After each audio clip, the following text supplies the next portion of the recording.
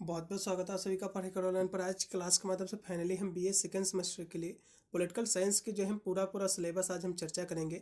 इसकी जो है हम बहुत ही शीघ्र जो है चैप्टर्स क्लासें हमारी आने वाली हैं, इसलिए सभी विद्यार्थी जो है हमारे चैनल को सब्सक्राइब कर रखिएगा, क्योंकि जितने भी आपके सब्जेक्ट में बारी बारी करके सभी की जो है चैप्टर्स क्लासें मैं करा दूंगा और साथ में बहुत सारे विश्वविद्यालय में पेपर भी सॉल्व करा दूंगा, जिससे आपको कोई भी दिक्कत ना हो और अपने एग्जाम में आप अच्छे नंबरों से पास हो पाओ। आज की क्लास के माध्यम से जो हम सिलेबस चर्चा कर रहे हैं, ये आपका BA second semester political science यानी राजनीति विज्ञान का आपका सिलेबस है।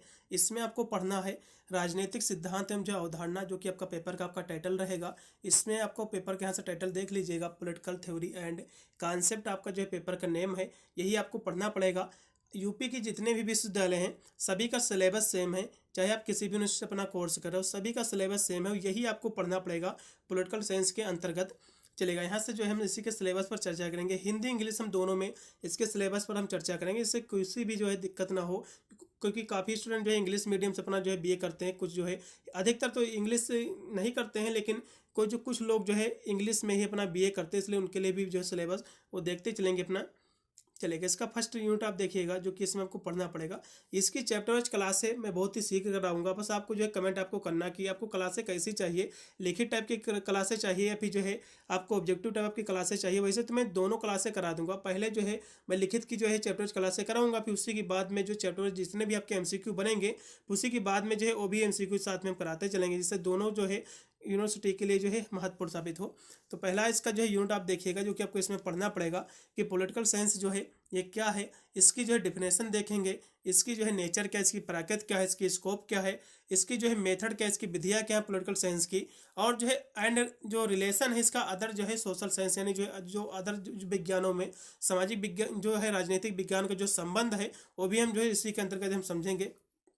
तो आपको फर्स्ट यूनिट में इतना ही आपको पढ़ना पड़ेगा, जो कि पॉलिटिकल साइंस क्या है, इसकी जो है प्रकृति क्या है, इसकी स्कोप क्या है, इसकी जो है जो अन्य जो सामाजिक विज्ञान है उसके बीच में क्या इसका रिलेशन है, क्या इसका संबंध है, ये आपको पढ़ना पड़ेगा। यदि हम पॉलिटिकल साइंस की यदि हम परिभाषा की बात करें तो पॉलिटिकल साइंस क्या होता है, तो ये जो है राजनीति से जुड़ी जो घटनाएं होती हैं उसी का वैज्ञानिक जो अध्ययन होता है, इसी को हम राजनीति विज्ञान कहते हैं। और राजनीति विज्ञान जो एक सामाजिक विज्ञान है, और राजनीति विज्ञान में जो है सरकार और जो है राजनीतिक संस्थाएं, सार्वजनिक नीतियाँ और राजनीतिक जो व्यवहार होता है, इसी का इसमें जो हम अध्ययन करते हैं। और राजनीति विज्ञान के बहुत सारे विषय इसके होते हैं, जैसे कि जो है राजनीतिक विचार हो गया, राजनीतिक व्यवहार, राजनीतिक गतिविधियाँ, संविधान हो गया, कानून, और जो है निर्णायक प्रक्रिया, सत्ता और शक्ति, ये सभी चीज़ें जो है हम इसी के अंतर्गत हम पढ़ेंगे। और इसका जो जैसे कि इसमें अब दिया हुआ है कि सामाजिक विज्ञान का अन्य विज्ञानों के साथ इसका संबंध, जैसे कि जो है समाजशास्त्र का राजनीति विज्ञान में क्या संबंध है, इतिहास के मध्य इसका क्या संबंध है, तो इस तरह से एग्जाम में क्वेश्चन फंसेंगे। अब आप दूसरा यूनिट देखिएगा, जो कि इकाई आपको दो में क्या क्या पढ़ना है। इसमें आपको पढ़ना पड़ेगा कि राजनीति विज्ञान के जो है अध्ययन के यहाँ से दृष्टिकोण इसमें आपको पढ़ना पड़ेगा। इसमें आपको जो है परंपरागत जो है दृष्टिकोण क्या है, संगत जो है संस्थागत जो है दृष्टिकोण क्या है, ऐतिहासिक दृष्टिकोण क्या है, और समाजशास्त्रीय जो है दृष्टिकोण क्या है, और जो है दर्शन या फिर जो है मानक दृष्टिकोण क्या है, आपको पढ़ना पड़ेगा। फिर आपका आधुनिक जो है दृष्टिकोण क्या है, और जो है इसमें व्यवहारवाद क्या है, उत्तर जो है व्यवहारवाद क्या है, ये सब चीज़ें जो है आपका यूनिट जो है जो कि आपको सेकंड में आपको पढ़ना पड़ेगा।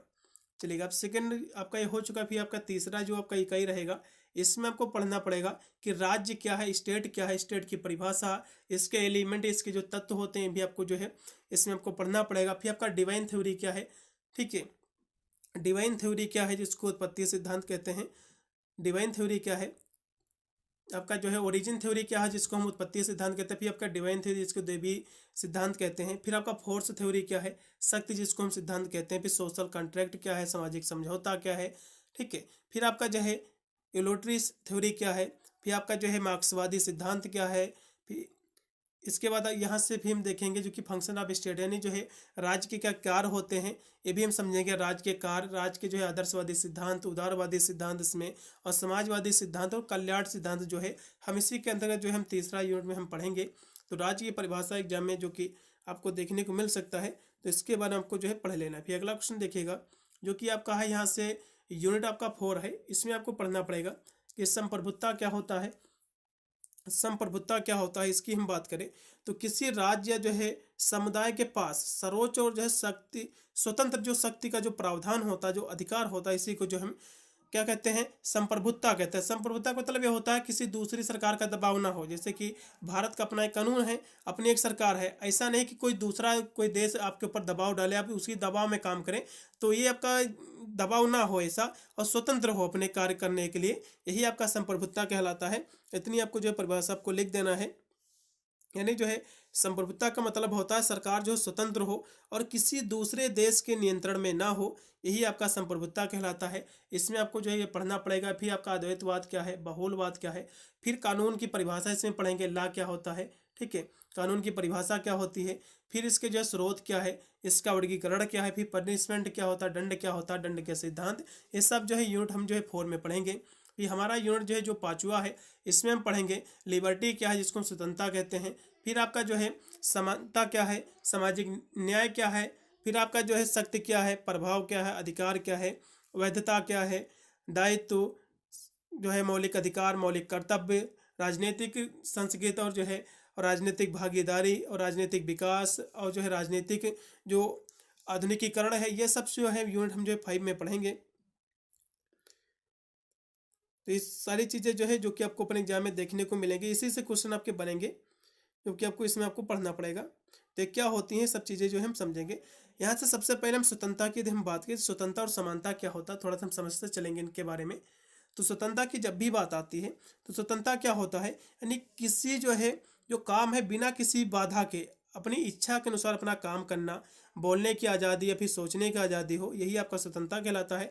समानता की जब भी बात आती है, समानता का मतलब होता है कोई भेदभाव ना हो किसी कि, मान लो कोई गरीब है, कोई यानी जो छोटी जात का व्यक्ति है तो उसके साथ कोई भेदभाव ना हो, एक साथ जो है मिलकर रहें, यही आपका जो है समानता कहलाता है। नहीं जो है सभी लोगों को समान अवसर मिले, समान अधिकार मिले, यही आपका समानता कहलाता है। न्याय की हम बात करें तो न्याय का मतलब होता है कानून के तहत लोगों के साथ जो है निष्पक्ष और जो है समान व्यवहार करना, यही आपकी जो है न्याय कहलाता है। इस तरह से इसकी परिभाषा आपको लिख देना है। फिर विकास का अर्थ क्या होता है, विकास दिया हुआ इसमें। डेवलपमेंट क्या होता है, राजनीतिक विकास क्या होता है, इस तरह से फंसेंगे नहीं। जो है किसी चीज़ यानी किसी चीज़ में, यानी राजनीतिक विकास मतलब होता है कि राजनीति के द्वारा जो विकास होता है, इसी को हम राजनीतिक विकास कहते हैं। फिर राजनीतिक आधुनिकीकरण क्या होता है, ये भी जो है एग्जाम में देखने को मिलेगा। फिर राजनीतिक भागीदारी क्या होता है, भागीदारी का मतलब होता है राजनीतिक यानी किसी कारोबार या फिर कोई चीज़ को जो है मिलकर जो कार्य किया जाता है, भागीदारी मतलब एक दूसरे का साथ देकर जो काम किया जाता है, वही आपका भागीदारी कहलाता है राजनीति में।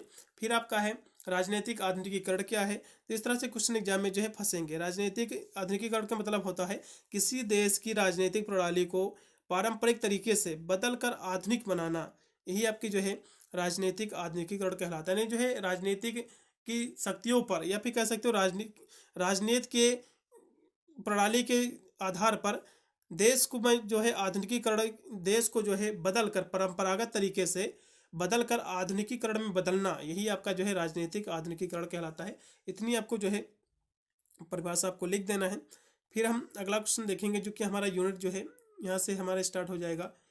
आपका जो है 6ठा आपका यूनिट है, इसमें आपको पढ़ना पड़ेगा आदर्शवाद क्या है, आइडियालिज्म क्या है, इंडिविजुअलिज्म क्या है, व्यक्तिवाद क्या है, अराजकतावाद क्या है, समाजवाद क्या है, पूंजीवाद क्या है, और जो है साम्राज्यवाद क्या है, उपनिवेशवाद क्या है, इसका उन्मूलन क्या है, राष्ट्रवाद क्या है, राष्ट्रीय एकता, वैश्वीकरण, मानवाधिकार और नारीवाद, ये सब चीज़ें क्या है, हम सभी चीज़ों के बारे में समझेंगे। सबसे पहले हम आदर्शवाद समझेंगे और व्यक्तिवाद क्या होता है, तो इन दोनों के बारे में समझेंगे। आदर्शवाद की हम बात करें तो आदर्शवाद में जो है मानव जीवन का मकसद होता है कि विचारों को समझना और आत्मा का विकास करना, यही आपका जो है आदर्शवाद कहलाता है। यदि हम व्यक्तिवाद जो है व्यक्तिवाद की हम बात करें तो व्यक्तिवाद का मतलब होता है कि व्यक्तिवाद में जो है व्यक्ति की आज़ादी और जो है आत्मनिर्भरता पर जो है इसमें जोर दिया जाता है, यही आपका व्यक्तिवाद कहलाता है। अराजकतावाद की हम बात करें कि अराजकतावाद जो है ये किसे कहते हैं, क्वेश्चन ये भी जो है काफ़ी महत्वपूर्ण है, आपके एग्जाम में जो देखने को मिल सकता है। अराजकतावाद, चलेगा, अराजकतावाद की हम बात कर लें तो अराजकतावाद जो होता है यह राजनीति विज्ञान की वह जो है विचारधारा है जिसमें जो है राज्य की उपस्थित को जो है अनावश्यक माना जाता है। मतलब अराजकतावाद की जब भी बात आती है तो इसका मतलब होता है कि कोई जो है शासन ना हो, अराजकता हो, यानी कोई भी कानून किसी देश का ना हो, अराजकतावाद हो, यही आपका अराजक जो है कानून किसी देश का जो ना होता, जैसे कि पहले जो था देश का कोई कानून नहीं था, तो यही आपका अराजकतावाद पहले आपका कहलाता था, कोई भी जो है शासन ना हो, सभी जो है व्यक्ति स्वतंत्र के नहीं कह सकते, अपने आप में जो है लड़ाई दंगे के लिए स्वतंत्र हो, यही आपकी अराजकतावाद कहलाता है। इतनी आपको जो है परिभाषा लिखनी पड़ेगी। फिर आपका है समाजवाद क्या है, फिर पूंजीवाद क्या है, ये एग्जाम में फंसेंगे। पूंजीवाद की हम बात करें तो पूंजीवाद का मतलब होता है कि आर्थिक जो प्रणाली है एक, जिसमें जो उत्पादन के जो है संसाधनों पर निजी जो है लोगों या संगठनों का जो है स्वामित्व होता है, ये आपकी जो है पूंजीवाद कहलाता है। पूंजीवाद का मतलब कि जब भी होता है तो ये उत्पादन से लगाया जाता है। फिर आपका है उपनिवेशवाद क्या है, इसका उन्मूलन क्या है। साम्राज्यवाद क्या है, साम्राज्यवाद की हम बात करें तो किसी जो है शक्तिशाली देश का जो है दूसरे देश पर नियंत्रण। साम्राज्यवाद का मतलब क्या होता है, मान लो अपना देश है ये भारत, किसी दूसरे देश पर भी कब्जा कर ले तो ये आपका क्या कहलाएगा भैया, साम्राज्यवाद कहलाएगा। उपनिवेशवाद की हम बात करें, उपनिवेशवाद क्या है, उपनिवेशों पर जो है नियंत्रण रखने वाले देशों को जो है खात्मे की प्रक्रिया को हम उपनिवेशवाद कहते हैं। यानी उपनिवेशवाद का उन्मूलन का मतलब क्या होता है, उन्मूलन का मतलब यही होता है कि उपनिवेश पर जो है नियंत्रण रखने वाले जो देश होते हैं इसके खात्मे की जो प्रक्रिया होती है, इसी को जो है हम उपनिवेशवाद कहलाते हैं। अगला क्वेश्चन फिर देखिएगा, इसी में दिया कि राष्ट्रवाद क्या है, जातीय राष्ट्रवाद क्या है। राष्ट्रवाद की जब भी बात आती है तो राष्ट्रवाद जो है एक विचारधारा है जो किसी देश के जो है प्रति वफादारी समर्पण को जो है दर्शाती, वही जो जातीय राष्ट्रवाद होता है। इसमें राष्ट्रवाद का एक जो है रूप है, इसमें जो है राष्ट्र को जातीयता के आधार पर जो है परिभाषित किया जाता है।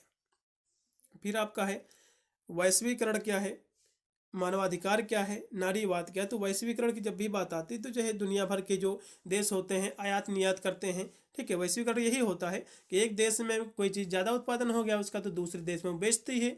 फिर जो मान लो कोई देश अपने देश में कुछ चीज़ें ऐसी जो कि उत्पादन नहीं ज़्यादा होता, तेल वगैरह, तो दूसरे देशों से मंगाया जाता, तो यही आपका जो है वैश्वीकरण आपका कहलाता है। फिर आपका है मानवाधिकार क्या है, ये भी क्वेश्चन एग्जाम में फंसेगा। मानवाधिकार ये क्या होता है, मानव का अधिकार। मानवाधिकार का मतलब क्या होता है, मानव का अधिकार होता है यानी जो है सभी मनुष्यों के लिए मौलिक अधिकारों का एक समूह होता है। यह अधिकार जो है किसी राज्य द्वारा प्रदान नहीं, बल्कि ये जो है हर व्यक्ति के पास जन्म से ही होते हैं।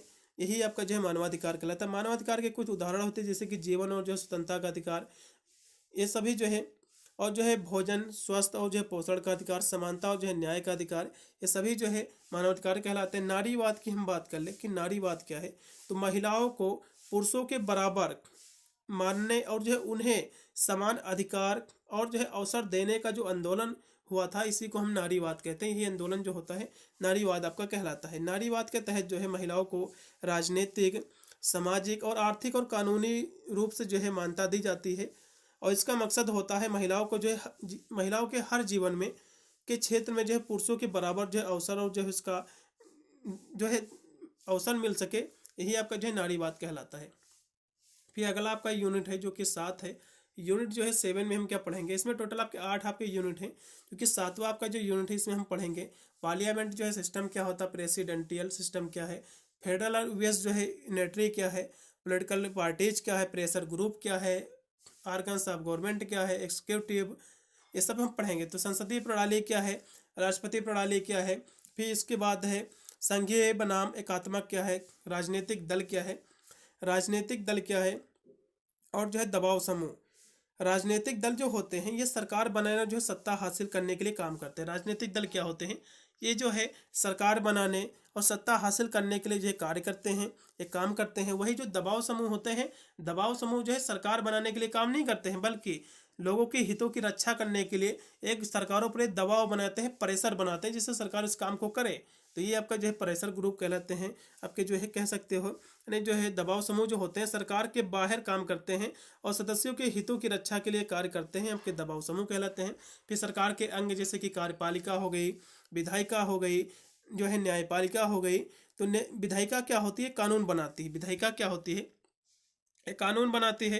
और कार्यपालिका जो होती है ये जो है कानून को लागू करती है। न्यायपालिका क्या होती है, कानून की व्याख्या करती है और कानून का जो है पालन सुनिश्चित करती है। तो इस तरह से आपको पढ़ना पड़ेगा। फिर लास्ट में आपका जो यूनिट आपका जो दिया हुआ है सबसे लास्ट में 8वां आपका जो यूनिट है इसमें आपको पढ़ना पड़ेगा कि कॉन्स्टिट्यूशन क्या है, संविधान क्या है, और जो है संविधानात्मक लोकतंत्र क्या होता है, और अधिनायकवाद क्या है, जनमत क्या है, सामाजिक न्याय क्या है, धर्मपेक्षता, विकेंद्रीकरण, प्रतिनिधित्व के सिद्धांत, उत्तर जो है आधुनिकवाद, ये सब जो हम पढ़ेंगे। यूनिट हम जो है 8 में पढ़ेंगे। तो अधिनायकवाद क्या होता है, सबसे पहले इसके बारे में चर्चा करेंगे।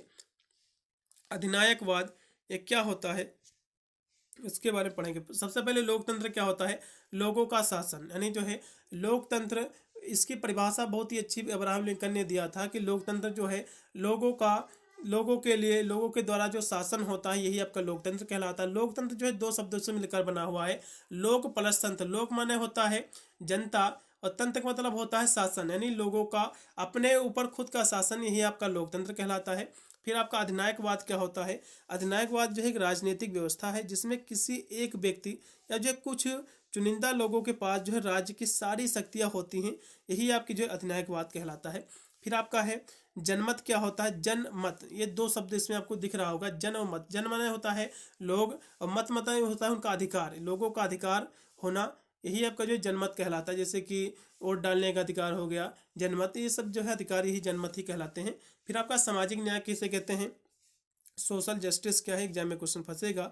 सामाजिक न्याय का मतलब होता है सभी लोगों को समान अधिकार, समान अवसर मिले, यही आपका जो है सामाजिक न्याय कहलाता है। फिर आपका धर्मनिरपेक्षता, धर्मनिरपेक्षता की जब भी बात आती है, बिना किसी धर्म, यानी जो है धर्म का पक्ष लिए बिना सभी लोगों के साथ एक जैसा व्यवहार करना, यही आपका जो है धर्मनिरपेक्षता कहलाता है। इतनी आपको परिभाषा लिख देना है। यानी जो है राज्य धर्म को जो है राजनीति, राज्य जो है धर्म को राजनीति से या किसी अन्य जो है गैर धार्मिक मामले से जो है अलग रखेगी, ये आपकी जो है धर्मनिरपेक्षता कहलाती है। यानी धर्म के आधार पर किसी के साथ जो है भेदभाव नहीं करेगी, ये आपकी जो है धर्मनिरपेक्षता कहलाती है। फिर आपका है विकेंद्रीकरण किसे कहते हैं। फिर प्रतिनिधित्व के सिद्धांत,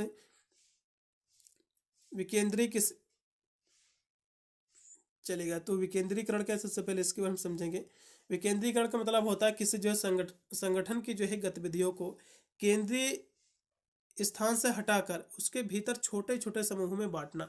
विकेंद्रीकरण हमने देखा होगा, पहले क्या था, ग्राम पंचायत नहीं होती थी, ना तो नगर पालिका होती थी, पहले क्या था, राज्य सरकार होती थी। उस पहले जो है ग्राम पंचायत नहीं थी, पहले राज्य जो होता था, जो मुख्यमंत्री होता था राज्य का, वही पूरी जो है जनता को देखता था। लेकिन अब क्या है, विकेंद्रीकरण हो गया, यानी जो छोटे छोटे राज्यों, इससे शक्तियों में इसको बांट दिया गया है। जैसे कि नगर पालिका हो गई, फिर पंचायत हो गया, यानी जो है प्रधान हो गया, जिससे जो है विकास भी की दर भी बढ़ी और जो है लोगों को काफ़ी जो है जीवन में गुणवत्ता में सुधार भी आया है। यही आपका विकेंद्रीकरण आपका कहलाता है। नहीं जो है किसी संगठन या फिर जो गतिविधियों को जो है केंद्रीय स्थान से हटाकर छोटे समूह में बांटना, यही आपका जो है विकेंद्रीकरण आपका कहलाता है। प्रतिनिधित्व के सिद्धांत क्या है, प्रतिनिधित्व के सिद्धांत। फिर आपका उत्तर आधुनिकतावाद, उत्तर आधुनिकतावाद की हम बात करें तो ये जो है एक सांस्कृतिक जो एक आंदोलन है, जो कि 20वीं शताब्दी में जो है दूसरे भाग में जो है शुरू हुआ था। और इसका जो मकसद था, ये जो है आंदोलन दर्शन शास्त्र, कला, वास्तुकला, आलोचना के क्षेत्रों में जो है फैला हुआ था। उत्तर आधुनिकतावाद को जो है चुनौती दी। उत्तर आधुनिकतावाद क्या है, ये जो आधुनिकतावाद है उसको एक चुनौती या फिर कह सकते हो उसका विपरीत है, ये उसी को जो है चुनौती देता है ये। इतनी आपको परिभाषा जो है आपको लिख देना है। फिर आपका है, चलेगा, फिर आपका जो लास्ट में प्रतिनिधित्ववाद क्या है, तो इसके बारे में भी आप एक बार आपको पढ़ लीजिएगा। भाई इतने ही क्वेश्चन थे जो कि आपको पढ़ना पड़ेगा। इसके मैं चैप्टर जब क्लासें कराऊंगा तो आपको विधोद आपको समझ में आएगा।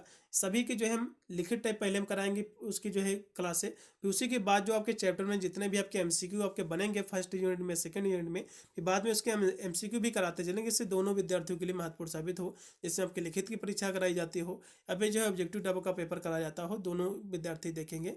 मिलता हूँ वीडियो के लिए, तब तक सभी को thank you for watching this video.